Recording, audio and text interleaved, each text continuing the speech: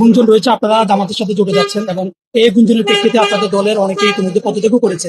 এটা নিয়ে আপনার বক্তব্য কি থাকবে, এবং এই পদত্যাগ আপনার দলের মধ্যে কোনো প্রভাব পড়বে কিনা, এবং আদৌ আপনারা জামাতের সাথে জড়ে যাচ্ছেন কিনা? সংস্কারের বিষয়টাকে প্রধান বাস্তবায়নের ইস্যু রেখে এবং আমরা বাংলাদেশকে নতুন করে গড়তে গিয়ে, বাংলাদেশের রাষ্ট্র কাঠামো নতুন করে শেপ করতে গিয়ে ঐক্যমত্য কমিশনে যখন আমরা আলাপগুলো করেছি, তখন ন্যাচারালি জামাতের সাথে আমাদের এক ধরনের মতৈক্য সেই ঐক্যমত্য কমিশনের সময়টাতে তৈরি হয়েছে।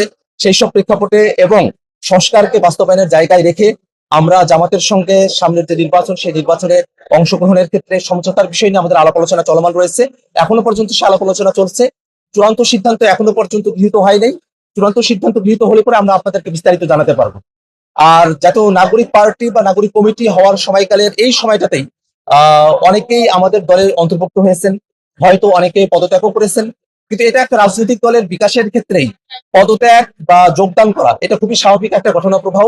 আমরা পার্টির যারা নেতৃত্ব আছি, পার্টির যারা সাধারণ সদস্যরা যারা আছি, আমরা পার্টির সিদ্ধান্তের প্রতি আমরা অটল থাকবো এবং আমরা মোটা থেকে যেটা চাই যে বাংলাদেশে একটা নতুন রাজনীতি দাঁড় করানোর প্রয়োজন।